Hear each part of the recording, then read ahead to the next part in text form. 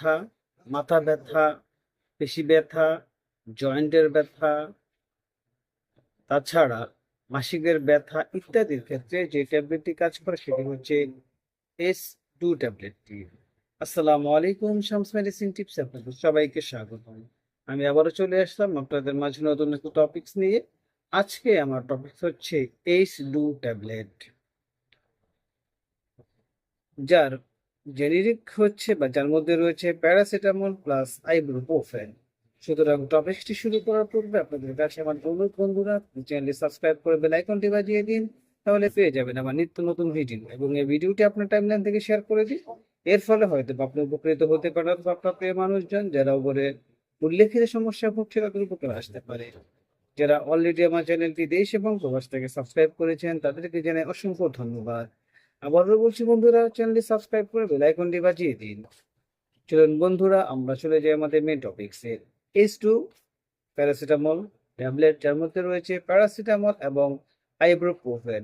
এটি একটি ব্যথা উপশমকারী ট্যাবলেট। এটি সাধারণত হালকা থেকে মাঝারি ব্যথা উপশম করতে, জ্বর কমাতেও ব্যবহার করা হয়।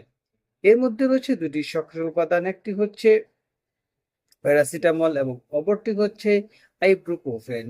এই দুটি ভিন্ন ভিন্ন উপায়ে কাজ করে। তাদের সংমিশ্রণ যথা মাথা ব্যথা, দাঁত ব্যথা, পেশি ব্যথা, কোমর ব্যথা, মাসিকের ব্যথা, গাঁটের ব্যথা, সর্দি, ফলু এর সাথে সম্পর্কিত ব্যথার পরিস্থিতি যেরকম হয় সেই পরিস্থিতি দূর করতে বা ভালো করতে কাজ করে থাকে। তবে S2 নির্দেশিত মাত্রায় অনুযায়ী বিশেষজ্ঞ ডাক্তার বা ফার্মাসিস্টের পরামর্শ অনুযায়ী ব্যবহার করা উচিত। প্যারাসিটামল এটি হচ্ছে প্রধানত মস্তিষ্কে কিছু নির্দিষ্ট রাসায়নিকের উৎপাদন কমিয়ে কাজ করে থাকে, ব্যথা এবং জ্বরের সাথে জড়িত। Ibuprofen steroidal anti inflammatory drugs নামক একটি ওষুধের অন্তর্গত। এটি প্রোস্টাগ্ল্যান্ডিন নামক পদার্থ পরিমাপ কমায়, যা ব্যথা, প্রদাহ, জ্বরের জন্য দায়ী।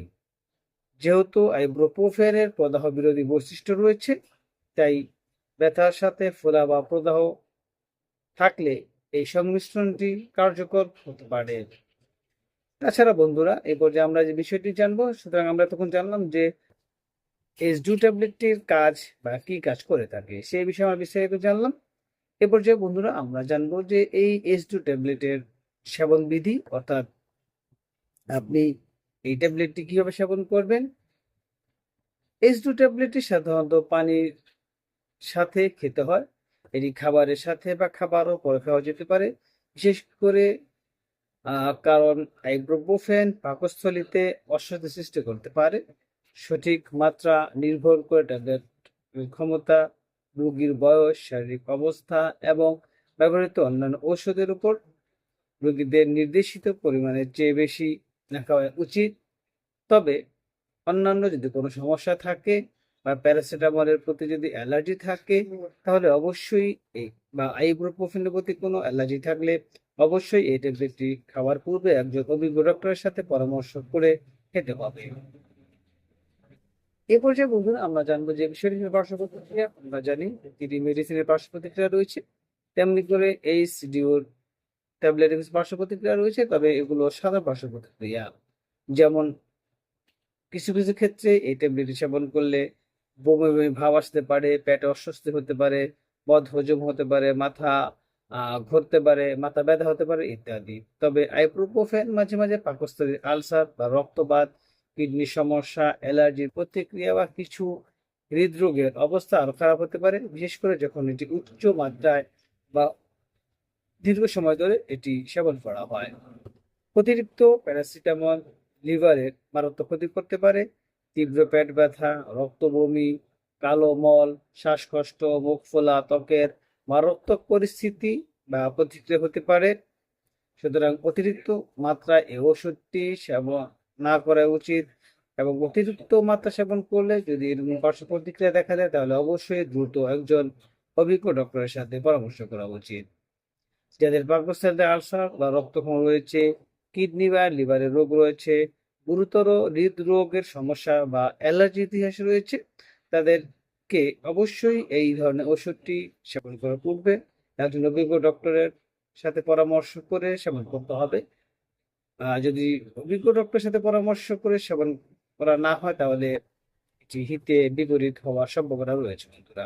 সুতরাং বন্ধুরা আমরা বলতে পারি H2 প্যারাসিটামল এবং আইবুপ্রোফেন একটি মিশ্র ওষুধ যা ব্যথা, জ্বর, প্রদাহ থেকে কার্যকরভাবে মুক্তি দিতে পারে।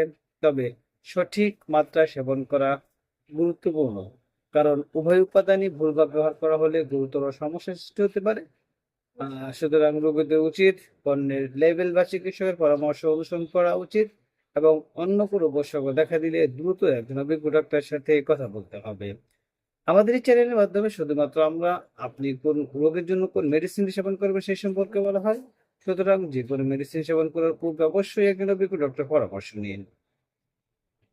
ভিডিওটি যদি আপনার কাছে ভালো লাগে এবং উপকারী মনে হয় তাহলে অবশ্যই বন্ধুদের সাথে শেয়ার করে দিন। আবারও বলছি বন্ধুরা, প্লিজ চ্যানেলটি সাবস্ক্রাইব করে বেল আইকনটি বাজিয়ে দিন, তাহলে পেয়ে যাবেন আমার নিত্য নতুন ভিডিও এবং এই ভিডিওটি আপনার টাইমলাইন থেকে শেয়ার করে দিন। এর ফলে হয়তো বা আপনি উপকৃত হতে পারেন অথবা আপনার প্রিয় মানুষজন যারা বিভিন্ন বড় উল্লেখিত সমস্যায় ভুগছে তাদের উপকার আসতে পারে।